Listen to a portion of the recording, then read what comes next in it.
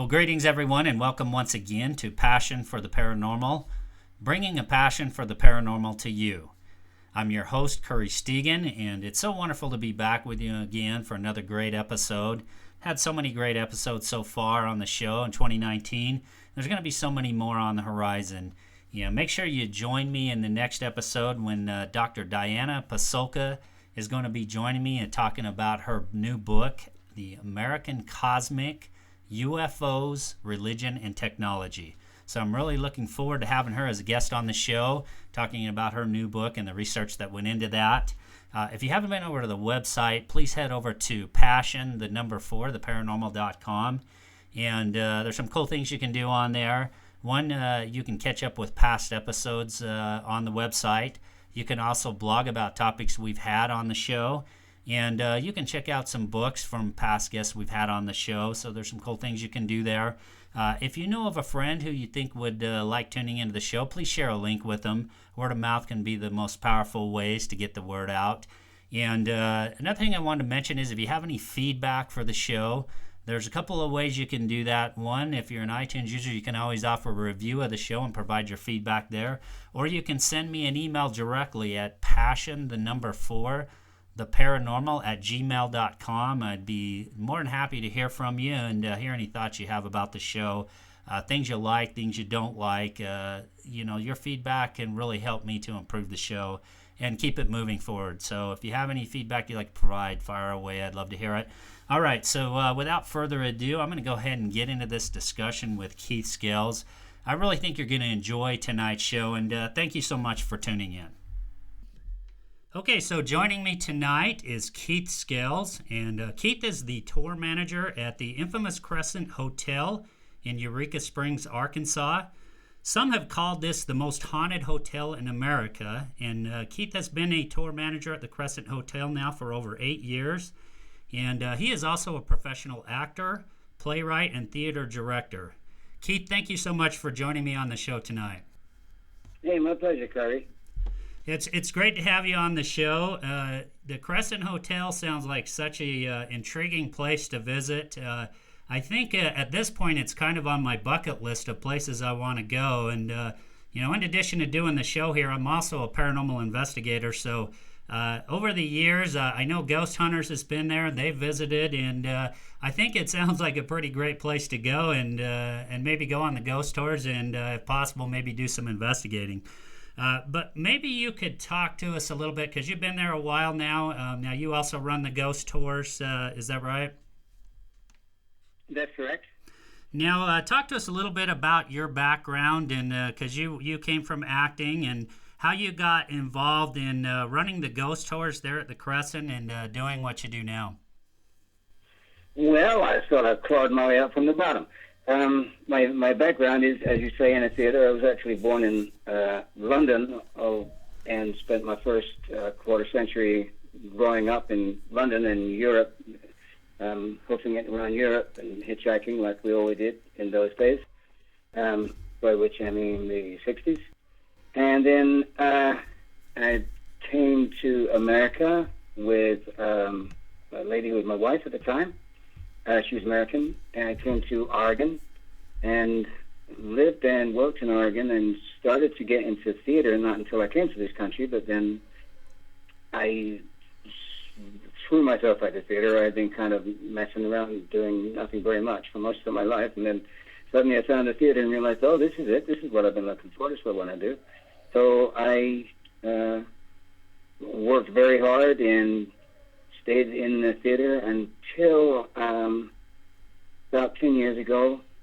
I had been living and working in Pacific Northwest, almost exclusively, a little bit of regional theater, but mostly in Portland and Seattle, which are big theater towns, and as an actor and director and a playwright. And then I sort of got tired of production. I felt like I was spinning my wheels, doing the same thing over and over again, and wasn't as excited as I had been. So my current sweetie, whose name is Rebecca, and I were looking for somewhere else to go, and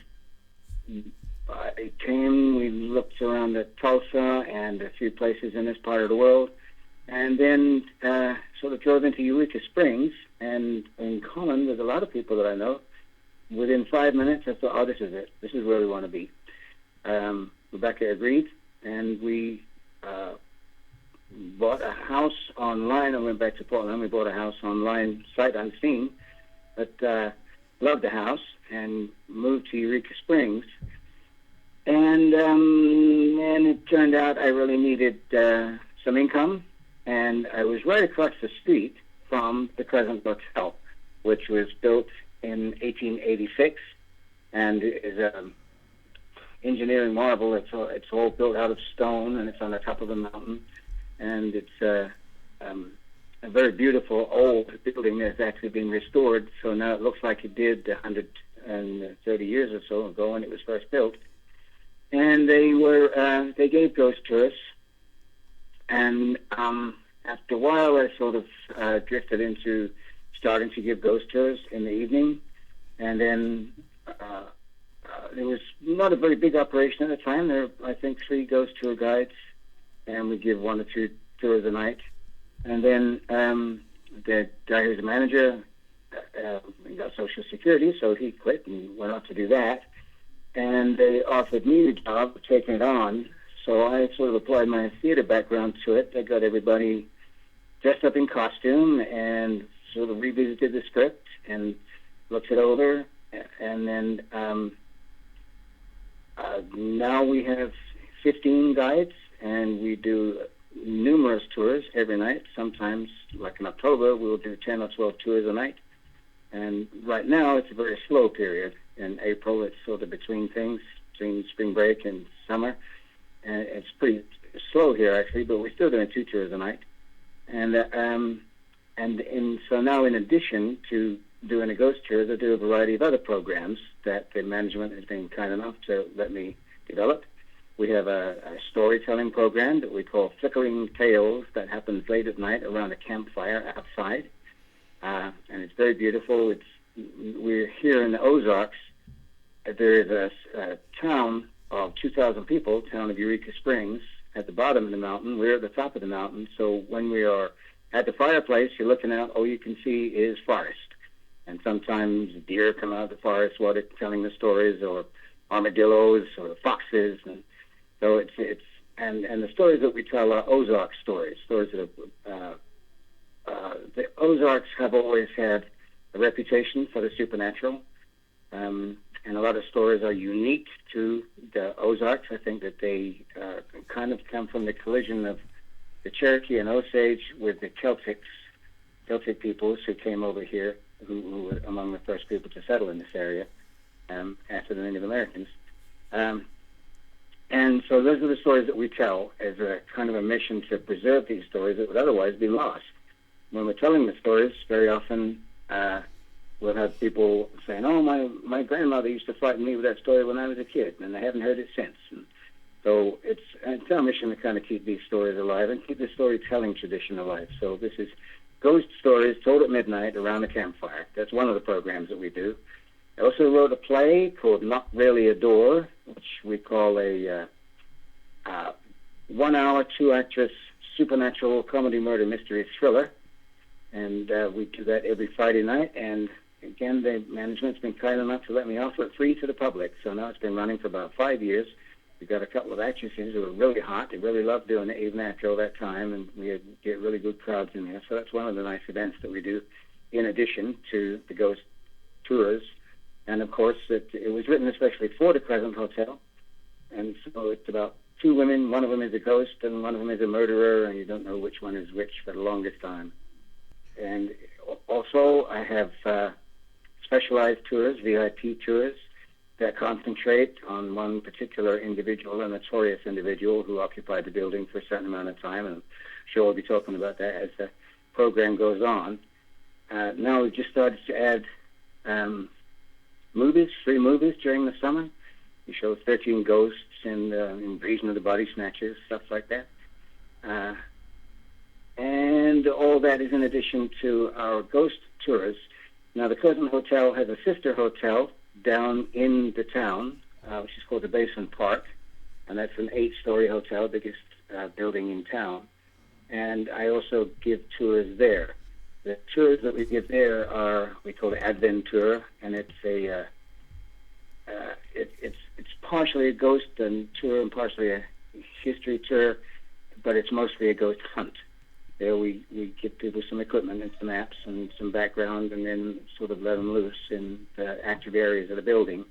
And that's a fairly new thing that we've been doing, but interestingly, since we've been doing that, we've had spikes in activity there. We've had, since we've been doing more investigations, the investigations are turning up more proportionally than they used to. So I don't know how to explain all that, except maybe the ghosts like receiving some attention, but that's been very exciting.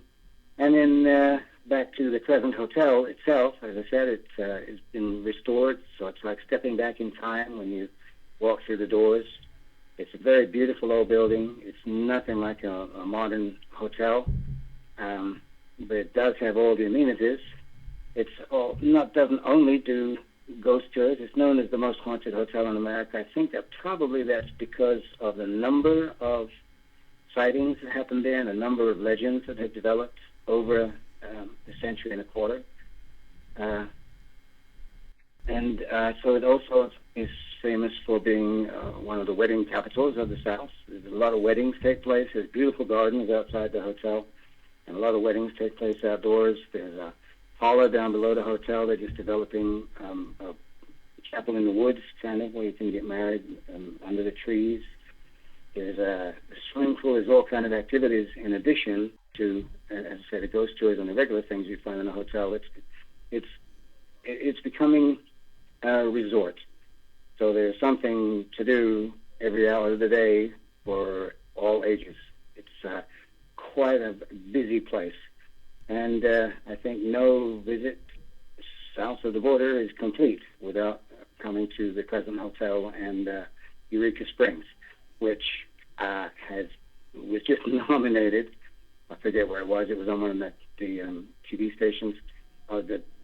Among the top 10 sexiest places to live in Eureka Springs in America includes Eureka Springs.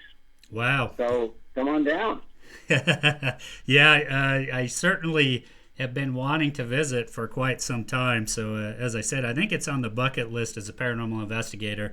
Talk to me a little bit about the construction of the hotel, or at least the materials.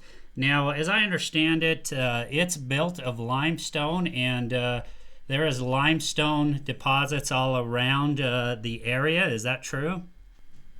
Yes, it's absolutely correct. There's a limestone building sitting on the limestone mountain. So if there's any truth to the theory of residual hauntings, that the activity is somehow recorded by the limestone and quartz that is also in the mountain here. If it's going to happen anywhere, it should happen here. In fact, we do have several events that answer the same description of a residual haunting. Same thing happening every time it happens, completely unaware of the observer, almost like watching a piece of film go by. A couple of the repetitive events that have happened here in the hotel over the years answer that description. Also, running water. Of course, this town of Eureka Springs was built, grew up suddenly, it exploded when a spring was discovered in 1879 that was had been known about in Osage legend for centuries as a healing spring.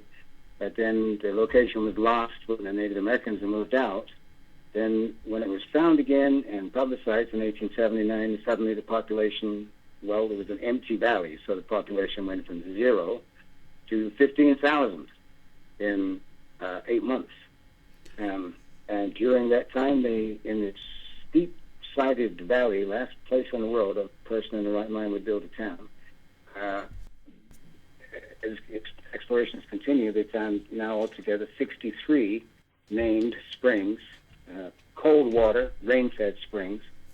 And so there's tons of running water running through the limestone, and the limestone itself is kind of like a sponge, just tunnels and caves all around. And so it's an area that's very conducive to the paranormal. Yeah, I was about to say, you kind of seem like you have the perfect storm there, if you will, with the the natural springs and all the limestone together in one place. Seems like it really could be create a hot spot for paranormal activity. At least if you go along with that theory. What I'm curious, what's kind of kept you there? Is it been more the beauty of the place, or is it the paranormal that's also kind of grabbed you and kept you there?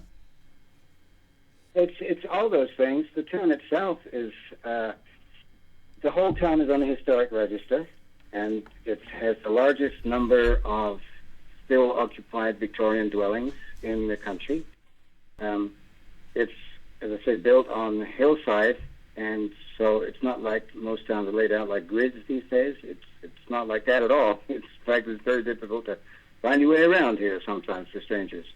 It's all twists and turns and steep cobbled streets. It's sort of like you might expect to find in old Spain or somewhere like that, or Greece. You'd find a town like this. It's very wild. There's tons of vegetation everywhere you look. There's hundreds of different kinds of trees. And when you look at it from the air, what you see is this little town. It's 2,000 people live here now. And it's this little town actually looks like a question mark, they say. And it's surrounded by miles and miles of forest. It's really a long way from anywhere. And it's only actually, since I think it was in the 60s, they put in a highway. Before that, it's always been really hard to get to. And it's still, your last 40 miles is going to take you probably an hour and a half because it's so twisty and windy. It's actually the highest spot in the Ozarks. And the Ozarks was one of the last places to be settled. And it's still, you can reach out and touch the history here. You can feel it everywhere you walk. You can see the past. And that's one of the great attractions for me, is the aesthetic appreciation, just the beauty of the place, and fantastic history. The more you dig around in the history, the more amazing stories you find. This town has been through all kinds of eras. In the early days, it was a spring town, but it was sort of like a gold rush town, only it was a water rush. But people poured in here at an amazing rate, and then there was a sort of a second wave of opportunists that came in to make money off the first people who came in. But it was known all over the country as the Miracle City in the Wilderness. One of those places like Lourdes where they have walls for crutches for people. Because however you choose to explain it, those waters, the healing spring, seemed like it worked for a lot of people. We have thousands of testimonials from people who say they got cured of all kinds of different diseases and ailments and wounds by these waters. And so that's the early period, and after that it became like a real Wild West town, really shoot-'em-up place, so hardly any laws or regulations here. And then a man called Paul Clayton came here. He was the first governor of Arkansas after the war between the states. He had been a civil engineer. He was a great organizer. And he came and saw what was going on in this town in the very early years when it was kind of a mess in a way. They tried to keep up with it, with the population that was pouring in, but it was impossible. They were arriving at the rate of 200 a day. And so what Paul Clayton did was to get together with some of his political friends and wealthy acquaintances, especially railroad guys, and they put some infrastructure in where none had existed before, and put in some streets and some street lighting, and brought in the railroad, and at the end of the railroad line, they built the Crescent Hotel. And when it was built for Paul Clayton and for his political cronies, as his own sort of private Camp David. This is where he lived, and you could not just sort of make a reservation. You had to be on his list. You had to be invited by Paul Clayton to come and stay at the hotel. That went on until the end of the century, and then Paul Clayton left. He got kicked upstairs. He went to become the first ambassador to Mexico. In order to, there was also a depression in the country. There was a major recession around the years 1907, 1908, and the railroad withdrew its funding from the towns along its railway lines. And so they had to find a new form of income. And for 25 years, the building was a school for young ladies, a conservatory for young ladies, heavily accented toward music. But they also were given as good an education as a woman could get anywhere in the country at the time. They were getting physics and chemistry and law and economics and political science, and not just, as you might expect, home ec, but they were getting very great education. And a lot of them went on to become very great movers and shakers and contributors to society. A lot of those women went on to become quite famous. So that went on for 25 years, and during that time, Eureka Springs was pretty much known as the college town, where all these young ladies, 88 ladies from 39 different states, got their education here. And then we got into the Depression came along, brought everything to a grinding halt, and Arkansas itself actually went through some very tough periods. And then in 1937, a man came here who was known all over the country as a broadcaster. You probably know about the border blaster radio stations that were set up just over the border in Mexico with huge transmitters that could be heard in the Aleutian Islands. Well, this man, his name was Norman Baker, was one of those guys, and he arrived in 1937 when the hotel was sitting empty, had been empty for 3 years, after the school closed down because of the Depression, and he converted the building into what he called a cancer-curable hospital. His name is Norman Baker. He never cured anybody of cancer. He made himself the equivalent of $65 million off people's distress, and put a stain on the story of this great building. He was only here for 20 months, but during that time, the building went through a very dark period. He filled it up with sick and dying people, and he was a quack. He claimed he had an infallible cure for cancer, which, of course, he did not. And ironically, during that period, Eureka Springs suddenly, during the height of the Depression, Eureka Springs was very prosperous because he wasn't the only person making money. He was hiring a lot of people. He was people renting out rooms for the caregivers of his sick patients. And so everybody was getting wealthy off this nefarious enterprise. But then I am glad to say that it was here in Eureka Springs that he was brought to justice. And he was busted. He was charged with mail fraud and sent to Leavenworth Prison. And that sort of brought an end to his career, which he had conducted in a couple of other cities before he came to Eureka Springs. So that brings us up to World War II. The building sat empty during World War II. Then after World War II, a group of people bought the building, and it went through another strange period. This period was very connected to the Chicago mob. This is the generation after Al Capone. He was put away in 1931, but the mob continued. And both the big hotels here, the Basin Park and the Crescent Hotel, were run by two friends who had big connections with the mob in Chicago. And so for 10 years there, Eureka Springs became known as Little Chicago. But before the war, Al Capone and all his guys used to go down to Hot Springs. After the war, they came to Eureka Springs. And so this town was, again, a wide open town. There was a lot of vice and gambling and illegal drinks served. It wasn't a dry state or dry county, but there were strict limitations about what could be served in the bars, and of course all those laws were broken here. But then there was a big bust, and they all sort of got brought to an end in the middle 50s.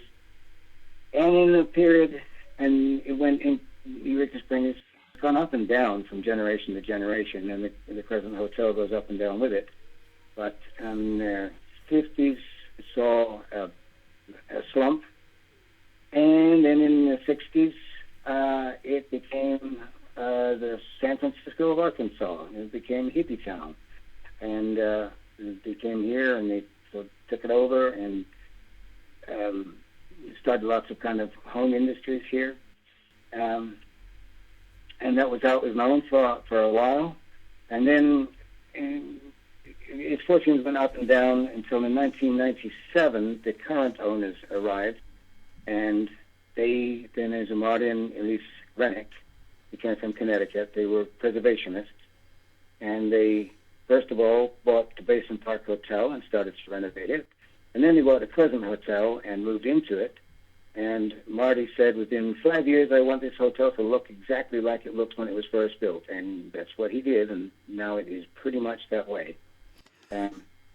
Marty's no longer with us. Elise is still here. And one of the things that happened was they discovered when they bought the hotel they had inherited 100 years' worth of ghost stories. And rather than sweep that under the rug, as was customary at that time, people didn't advertise that their hotels were haunted because they thought it would keep people away. But Marty and Elise didn't do that. They advertised the fact, and they brought in a couple of mediums who lived in Eureka Springs to read the buildings when they went all through, to use their talents to analyze what was going on in each of the work areas, the sleeping rooms, the hallways, the whole building. And partly through their mediumship and partly through the history of the building, which by then had a lot of legends associated with it. And interestingly, a lot of those legends turn up generation after generation. People have no way of communicating with each other, see the same thing in the same part of the building and report it. And sometimes the similarities are uncanny. Right, and that tends to lend a little bit more credibility. I'm sorry? Yeah, I was going to say that tends to lend a little bit more credibility to the claims as well when you have people from, that don't know each other and from different times that they may have visited the hotel having similar claims. Yeah, it's not exactly evidence, but it's very compelling testimony. So then, after 10 years, the mediums became very old by then, and they moved on, and another manager took over for a year or so, and then I came in and took over. And now we're where we are today, with a lot of activities associated with the supernatural, but a lot of activities that are not. Eureka Springs is on an upswing, I believe. It's sort of tell by real estate prices how they're going up. People are moving here. People want to move here. The businesses are, it's always touch and go with a tourist town. And a lot of it depends on what's going on in the world, whether people feel like spending their money on a trip to Eureka Springs or not. But it seems to me that we're doing pretty well. It's as a town. You hear different things from different people. Some people are full of gloom and doom, and oh no, we're going downhill. But it doesn't seem that way to me. It seems to me like we're a little bit better put together every year, and more businesses opening up, and more people reporting that the businesses are doing well. Yeah, that was a pretty good rundown on the history there. Appreciate that. Let's talk a little bit. I kind of wanted to move back to the period when you mentioned Norman Baker, and yeah, now it's pretty clear how he got the name, the notorious charlatan. Now, during that time when he was running this so-called cancer hospital, did they have a lot of deaths at the hotel? And I'm just trying to figure out whether that may have been a contributor to some of the paranormal activity experienced there. Well, he filled the place up with sick and dying people, overfilled it. Did not do very much for them. There's a lot of suffering here. What has happened in the years since he was here is that urban legends have developed about him. Some, I think, propagated by tour guides who are just trying to get a rise out of their guests, and some exaggerated on the internet, and others just sort of the results of imagination. figure of Norman Baker into some kind of Dr. Frankenstein. The legends are that he was experimenting on people's bodies, that he was burning them up in the incinerator, that there were, 425 patients were supposed to have gone just completely missing. That was the story that I heard when I got here. But then the more I told the stories, the more sort of preposterous they seemed to me. And I asked the management here if I could be allowed to investigate, and they did. They sent me to Muscatine, Iowa, which is where Norman Baker began his career, where he was born. And I got all the information I could from there and from a couple of books that have been written about him, the court cases that are they're recorded in Little Rock, and a lot of correspondence I was able to get. And I just gathered every piece of information about him that I could find. And what I am convinced of now at this point is that he didn't do any of those B-movie kind of things, burying bodies in the walls or any of that. That's just all baloney. The true story is that he promised that he could cure people when he knew damn well that he couldn't. He wasn't mad, I don't think, and I don't think he believed in his own cure, which he called his secret remedy number 5. I think he was just a greedy narcissist who did not care what happened to other people as long as they were giving him their money. And mad in that way, obsessed with money. He had already made several fortunes in several other enterprises because he was really a very brilliant guy. But then he found out he could make a lot more money than anything else in quack medicine. Money off people's desperation, of people's... He would tell people what they want to hear. And people who have been given a few months to live, he would say, no, come to me and I will cure you in 6 weeks. And he didn't, but he took their money. So I think he was a despicable individual, and I think the story of Norman Baker is very instructive. The more you look at it, the more sort of meaning there is in the whole saga. But I don't believe any of those other stories about him, as I say, chopping up bodies or doing weird experiments. I don't think he even touched the patients. I think here's a tip if you are looking on the internet for information about Norman Baker. Anybody who refers to him as Dr. Norman Baker is already misinformed because he was not a doctor. He never set foot in medical school, but he could not have called himself a doctor or he would have been arrested for practicing medicine without a license immediately or posing as a doctor for fraud. And so he was a hospital administrator. He owned the buildings. He paid the staff. He was not single-handed either. He had a little gang of people that were around him from very early days of his quack medicine. And so the Norman Baker, the picture of Norman Baker that emerges is not the same as the picture that a lot of people have heard or have seen on the internet over the last few years. I think it's fading away, those old stories. But first of all, when people came to the ghost tours, there was this ghoulish attraction for, how many people got murdered here, and what did he do to their bodies, and all that gruesome kind of stuff. Well, I think we've finally got that out of the picture, and now we're telling the true picture, which, as I say, I think is far more interesting.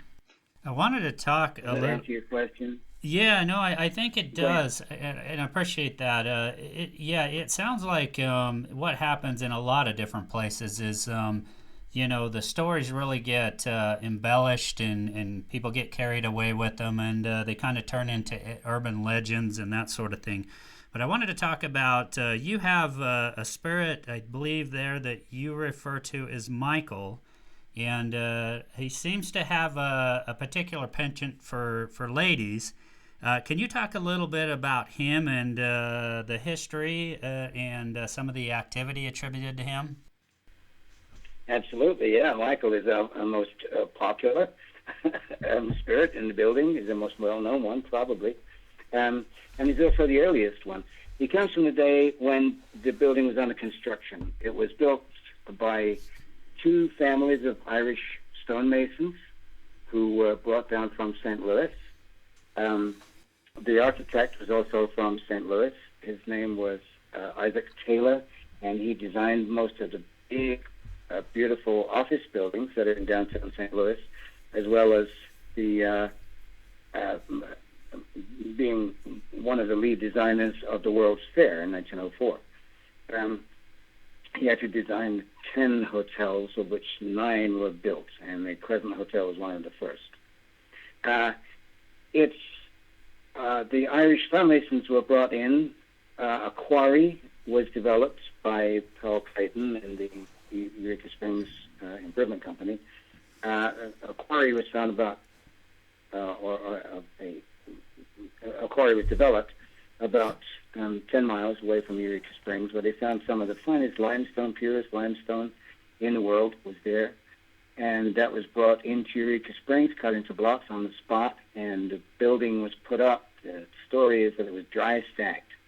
In other words, just the stones were fitted together without mortar, and the lead mason, whose name was O'Shaughnessy, declared that this building will last for 300 years, and we're only halfway through that.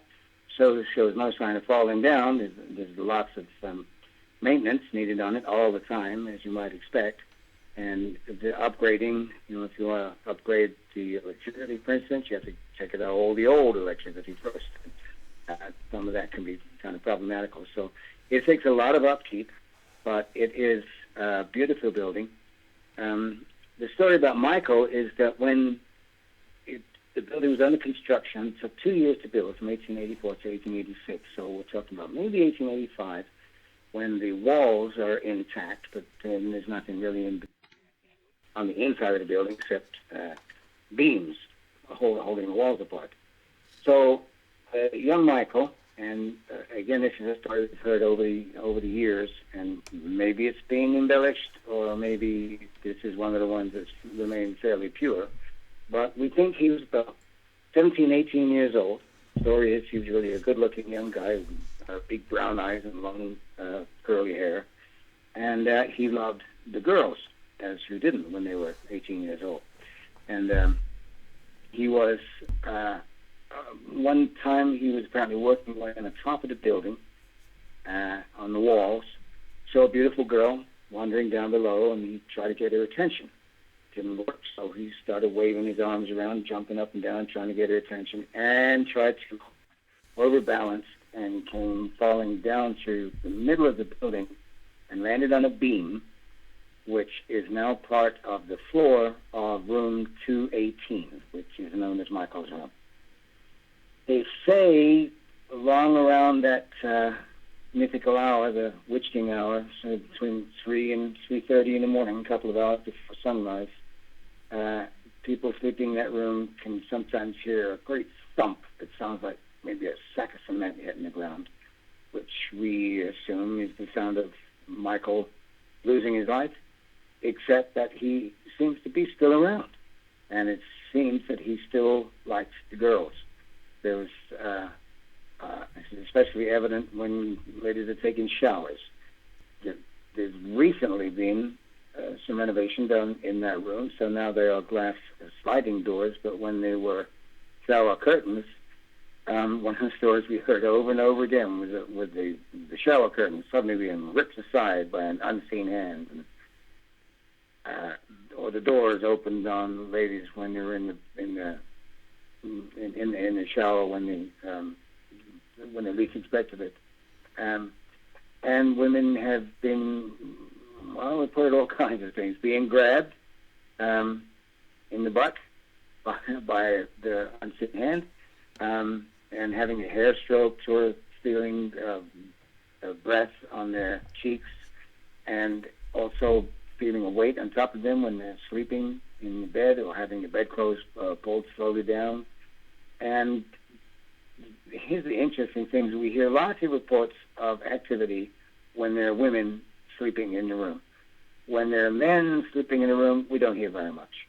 What we do hear sometimes from couples is that the guy will feel like there's a couple of feet in his back trying to push him out of bed. And he's also known as the Poltergeist. In other words, he likes to move things around, throw things around. He doesn't like the ghost. He likes to mess around with people's stuff. And the locks on the doors are always being unlocked or locked, so you can't get into the room, or you come back and you find your room's open. Things move around in there. People have reported leaving a glass of whiskey on the sideboard in there to come back and find only half a glass of whiskey there. So there's lots of reports like that. It's our most well-known room. It's our most popular room, and it's usually booked up months in advance by women. Wow. Who come in looking for a supernatural experience. Now, have you had... I'm curious, have you had ladies stay there that had no idea about the history there, who've reported this, or people that weren't seeking out the paranormal or aware of the paranormal activity there?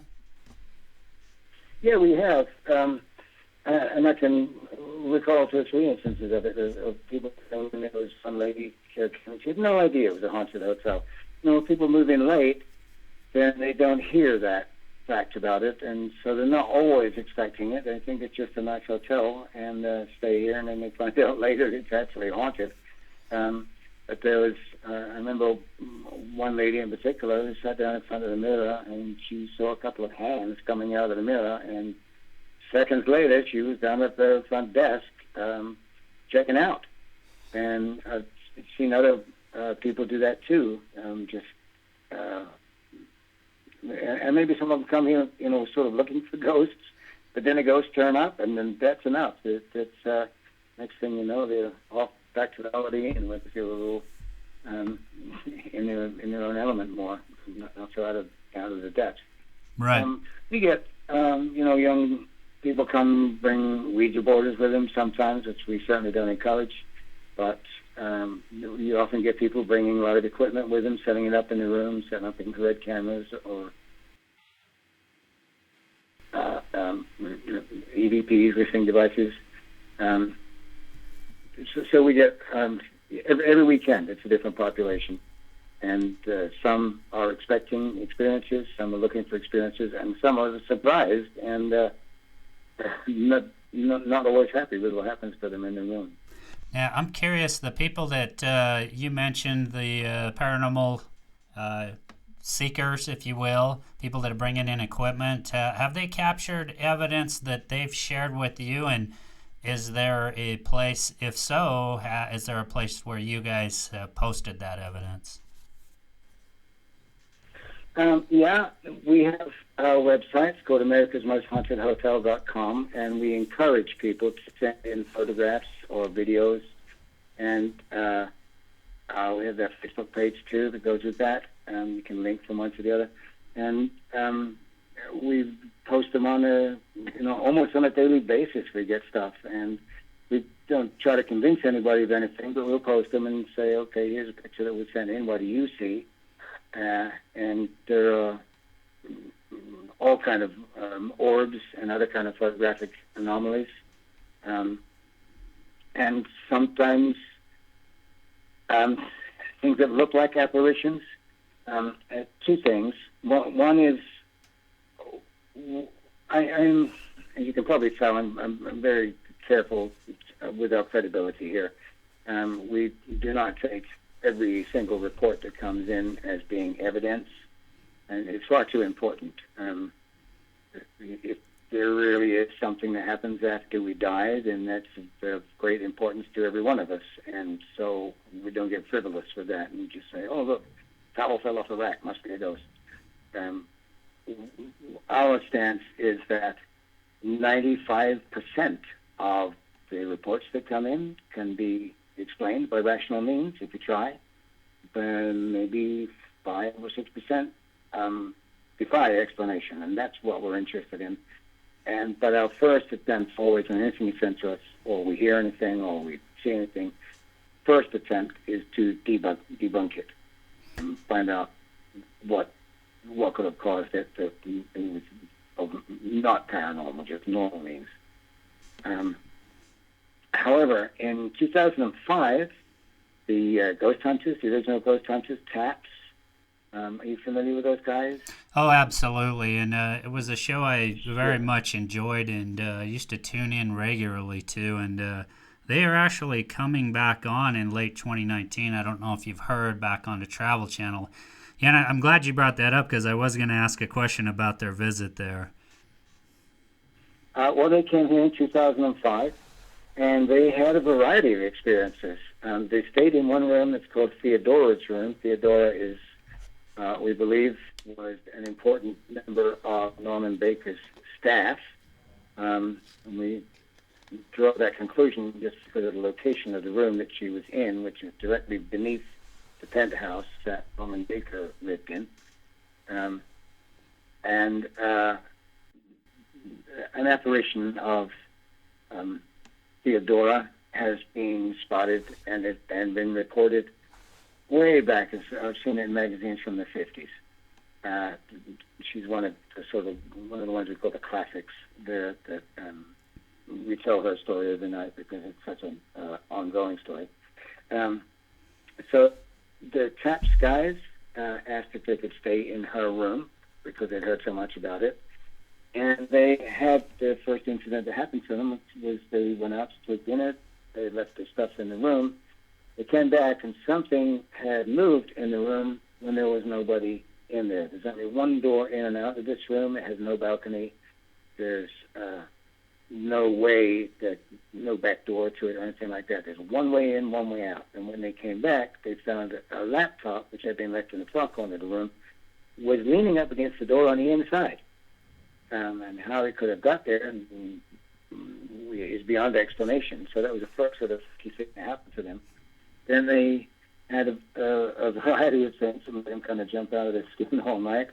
And then they were investigating with a thermal camera down in the place that we call the morgue. It's where Norman Baker conducted autopsies. I had his doctors conduct autopsies, and where the bodies were stored while they were waiting to be taken out to the mortuary.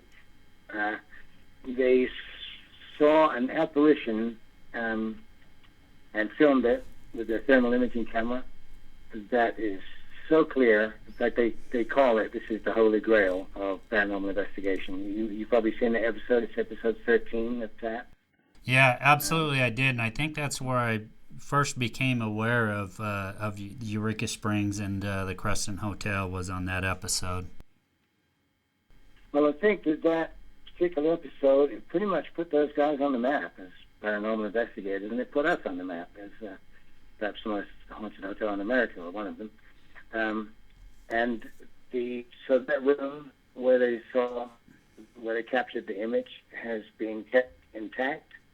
It's called the Parts Room, and it's a room where Norman Baker used to keep jars of body parts, tumors that had been removed apparently from his patients, kept in jars of formaldehyde as pretty much as proof that his technique was working. So it's sort of a sinister room to start with, but there is a metal cabinet in there with a number 2 painted on it, and when they trained their camera on it, suddenly there was an image there of a guy who, it sort of came and went and flickered a little bit, but in some of it, and you can see it clear as a bell on the program that they broadcast. Some people think he looks like a janitor. Some people think he looks like a Civil War soldier because of the shape of the hat he's wearing, and he's holding something that could be a musket or it could be a broom. But it's not that vague. It's not like one of those things you have to say, oh, look, can you see that? Can you see that? Everybody looks at it. Everybody sees the same thing. You see a guy standing there. The Civil War was over by the time it's been 20 years, by the time this hotel went up. But there was Civil War activity not very far away, and there was a field hospital for soldiers from both sides of the conflict who were treated with water from the spring by the doctor, whose name was Albert Jackson, who actually found the spring after it had been lost for 80 years. So I'm wondering... I'm sorry, go ahead. So So that image is very quite dramatic and quite convincing. Yeah, I just wanted to ask, so you've been working at the hotel for quite some time. Had you had any paranormal experiences before working at the hotel, or was that really your first introduction into the paranormal? I can't say it's my introduction. I've been fascinated all my life, probably, by things that defy rational explanation. I have studied a lot on mysticism and on mystical societies, mystical practices, not especially from the point of view of dead people who are still here, but more from the point of view of communicating with realms beyond the one that we normally inhabit. And that's been sort of a preoccupation of mine all my life. And now it's kind of all come together here at the hotel. There's another event that we do here that I would like to mention. And again, the hotel's been kind enough to let me do. We call it Esp Weekends. And it's the first 2 weekends of every year. We do a ghost hunt in both hotels. So it's a paranormal investigation of 2 hotels. It takes place over 2 weekends. And that's an all-night event. The investigators can bring their equipment and they can be shown where the active areas are, given the background to it, and then just let them explore all night long. During the day, we explore other kinds of paranormal activity. We have telepathy testing. We have a psychomantium that we set up. And we have, this year especially, we were focusing a lot on remote viewing. And next year, our theme will be the varieties of magical experience. And so we are interested not just in ghostly, but in anything that can be described as paranormal or extrasensory, anything that has yet to be explained. Although, in my observation, is that as particle physics develops and as the equipment that investigators use gets more sophisticated, there's an enormous overlap. It seems like science is now open to the possibilities that the paranormal has been investigating, and with the paranormal, they're getting more and more evidence and being able to analyze phenomena in various ways. That it's almost like the day is coming when the paranormal will be considered normal, and we'll just understand it a whole lot better. Yeah, absolutely, and I think that's where we're all hoping to get someday. As for those of us involved in paranormal investigating, can you talk a little bit, because you've been there quite a while? Just maybe, if you don't mind, maybe sharing a couple of your most interesting experiences while either doing ghost tours or you mentioned you also do investigations there. If you don't mind, maybe if you could just share a couple of interesting experiences you've had personally. Well, I have to say, the experiences that I would share are secondhand, because although I am wide open to it, I see no reason why a ghost should not exist. I am still waiting for anything to happen to me that I can put forward as unmistakable, irrefutable evidence. I mean, I've felt like someone was breathing down my neck. I felt like somebody was pulling on my clothes. I felt like I thought I heard somebody just say my name from right around the corner. Felt like I heard footsteps behind me down the hall.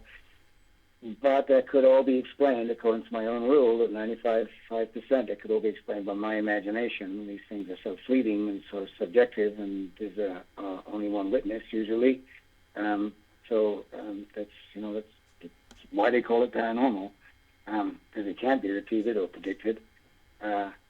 So I cannot put forth my own experience as proof of anything, and I look forward to the day when something does happen to me, that I get slapped upside of the head in the morgue or something, or somebody actually appears to me and says, "What the hell do you think you're doing, Keith?"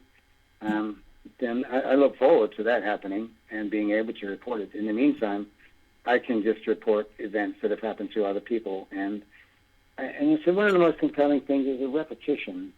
There are some stories For example, there's one area of the building that we get complaints sometimes. People saying, I was woken up by kids running up and down the hall at 2 o'clock in the morning. What's that about? Why are kids allowed to run up and down laughing and shrieking at 2 o'clock in the morning?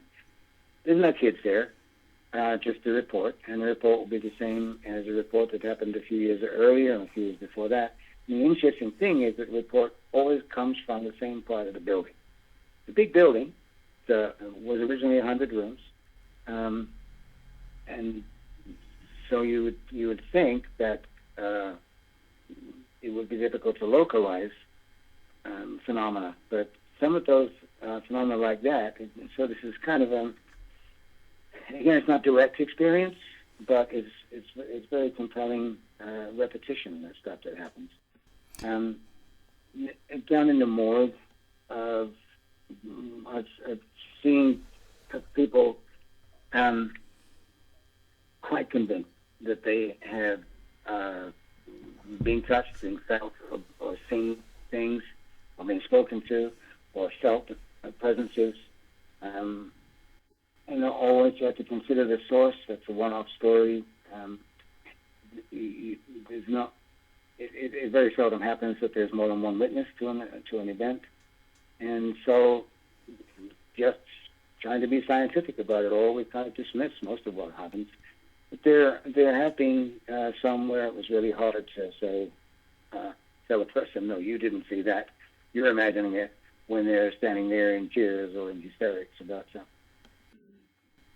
I remember one lady came, and she went down in the morgue, and I was not there at the time. I lived very close by, so I was called in to deal with this person who was absolutely hysterical. She was in the lobby, and she had come from the morgue, and she said, there are children in the morgue who want my help. They're begging me to come down and help them. And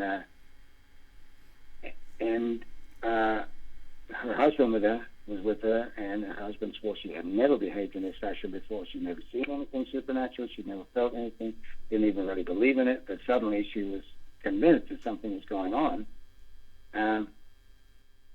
And so we kind of talked her down a little bit, and I went down into the morgue with a meter and checked her out to see if I could find anything.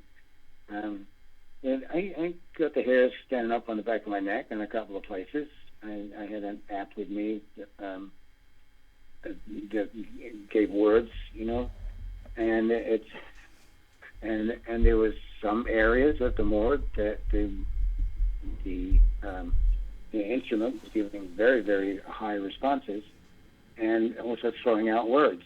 And there was one particular corner I went into where the word kept coming up saying bones, at which point my as I say, my hair went up on the back of my neck, and it doesn't usually do that because everything is so long.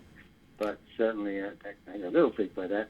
So then we called the lady that lived in Kentucky or Tennessee. I called him the following day to find out how the lady had, what kind of condition she was in the following day. And the husband said that he had never seen her behave like that. He'd never seen any kind of reaction to anything supernatural in his wife before, but she was in these hysterics until the moment she took one step off the stairs going down from the hotel back into the parking lot. The moment she stepped off the property, she was back to normal again. And the following day, she did not remember any of the incident. She had no memory of it at all. Her husband was there to corroborate it, but she had no memory of it. Well, at the time, she was practically fighting to get back down into the morgue, where she was convinced that there were children in distress. That's quite a story. Wow. That's an incident, and there have been quite a few like that. Wow. And the thing that I appreciate that you talked about is something that many of us take very seriously when it comes to paranormal investigating, and that is always trying to find the normal before the paranormal and trying to debunk and make sure that, we've ruled out rational explanations for activity. And so, again, I can really appreciate that approach because I think it's so important in the field of paranormal investigating, too, to always try and rule out the logical and the perhaps rational explanations for what may be going on before you ever delve into the saying something may be unexplained or perhaps paranormal. So I really appreciate that.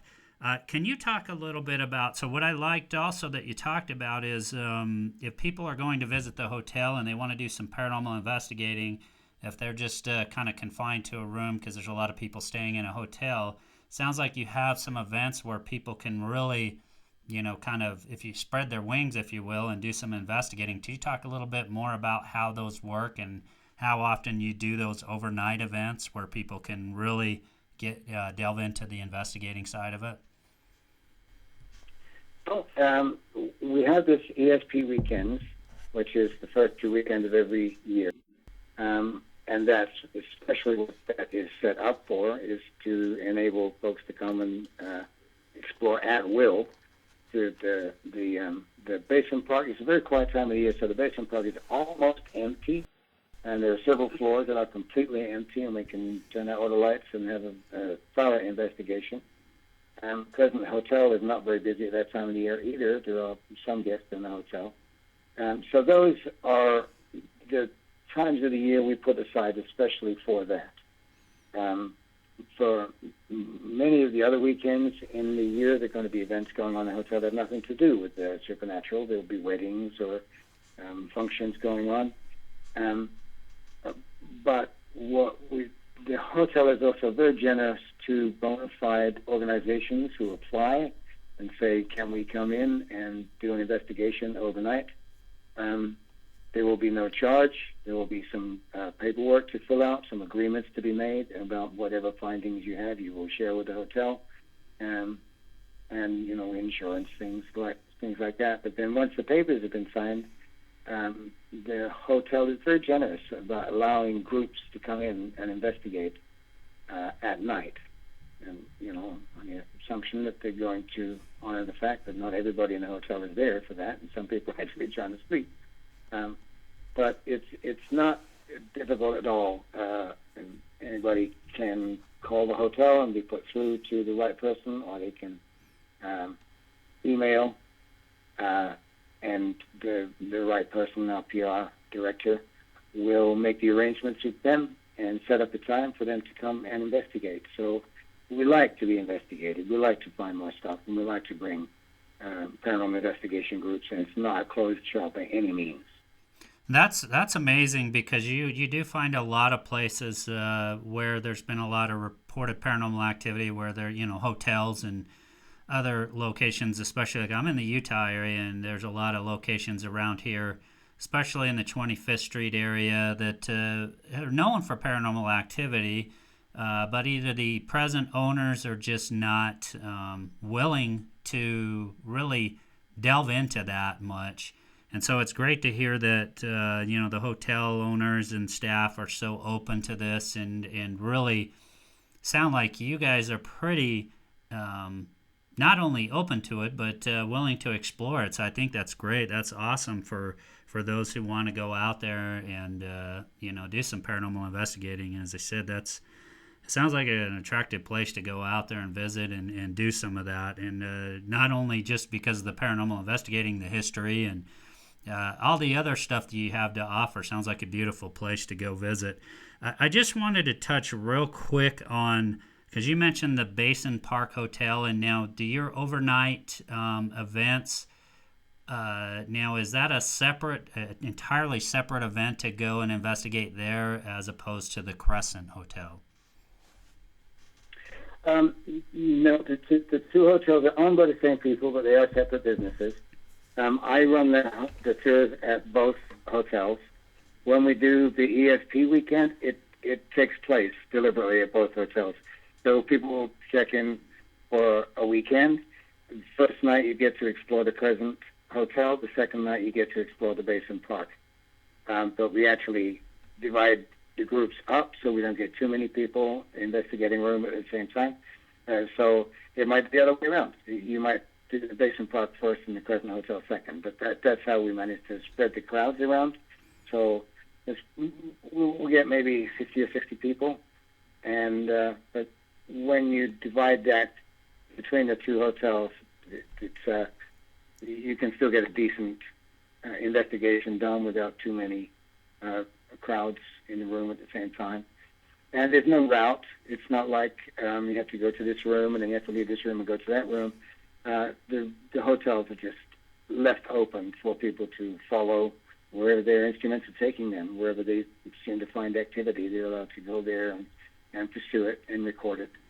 And so we have all these other activities too, so it's really quite a social event. It's an immersion in the paranormal for 48 to 56 hours that is partly investigating what's on the inside, what are the powers of the mind, and then partly investigating what lies beyond, what entities may still be lingering in the building. Wow, that's great stuff. Can you talk just real quick about kind of from your experience, do you think the Crescent or the Basin Park Hotel, which one would you say from your experience seems to have more activity? Well, that's a very good question, and people are arguing about that a lot. Is the Crescent Hotel is the one with the reputation. The Basin Park has not been explored very much, and I think I mentioned earlier on that since we've started to explore it, we've seen some increase in activity, or what seems like an increase. It may be the fact that we're there every night doing it now instead of, not doing it. But it seems that as the months go by, we get more and more reports and more things happen from the same amount of tours, the same amount of tourists. So some people are saying that the Basin Park, because it has not been investigated so much, has more to tell us or more to show us. But then again, the Crescent Hotel has this reputation. There are so many stories. There are so many characters that we have explored the backgrounds. There's, I think, 8 different locations, 8 different ghosts that we talk about on the tours, and that's only the ones that we have time to talk about. A tour is an hour and 10 minutes, and we tell as many stories as we can in that time, but we just have to leave a lot out because there's way too much to tell. Down at the Basin Park, that's one of the reasons we designed it the way we did, is there is a fantastic history down there. It was a big part of the Chicago era down there. There's also a big part of the Wild West frontier town down in Eureka Springs. But it has not been explored as much, and some of the people who have explored it are saying, wow, there's more here than there is at the Crescent. But that's, they're not in competition with each other, and there can't be 2 most haunted hotels in America in the same town. So at this point, still, the Crescent has the edge, but the Basin Park seems to be catching up fast. Wow. Yeah, that's great. And hey, Keith, thank you so much for spending the time with me and talking about the history and some of the activity there. Again, it sounds like a great place to go visit. And again, it's on the bucket list for me, so I'm looking forward to someday making it out there. But can you share again for the listeners information on the website and how they can sign up for some of these tours you mentioned? If you go to www.americasmosthaunted.com, that's pretty much all you need to know. There are links all over from there to take you everywhere else. There is a reservations link where you can go. It's called reserveeureka.com, and that refers to all the events that are in town. You can go there and you can make your reservation on the spot online. It'll list all the tours that are being given that night. And you can also get a link from the Most Haunted Hotel to our Facebook page. And there's lots of continuing conversations going on there, some about events that are happening and some about movies or pictures that have been posted that people are giving their various opinions about. And so there's always a lively conversation that's going on the Facebook pages. Great. And you have to come down, Kari. You have to come down and visit us. Come on a ghost tour as my guest, and come and family with you, your friends, and come check us out. Yeah, I definitely am looking forward to doing that down the road here someday. Again, Keith, thank you so much for hanging out with me and talking with me. It's been a great discussion. And, again, hopefully down the road I'm going to get out there and get a chance to meet you face to face. And, hey, thanks a lot for coming on the show. And you have a great night, Keith. Thanks for having me, Corey. All right. Take care. Okay, so big thanks to Keith Scales for joining me on the show tonight and having that discussion with me. It was great to hear some of his insights into some of the things going on, some of the strange activities going on at the hotel. Again, for that website, I think he missed part of that. The website is americasmosthauntedhotel.com. So if you're looking at trying to book a reservation there at the Crescent, that's the site you need to go to. You can also find information about ghost tours there. So again, big thanks to Keith. It was great having that discussion. I really hope you enjoyed tonight's show. Again, don't forget to tune in next episode when I'll have Dr. Diana Pasolka joining me to talk about her book, The American Cosmic, UFOs, Religion, and Technology. It's going to be a great show. Once again, thank you for tuning into the show, everybody, and I'm really looking forward to the next episode. Have a great night.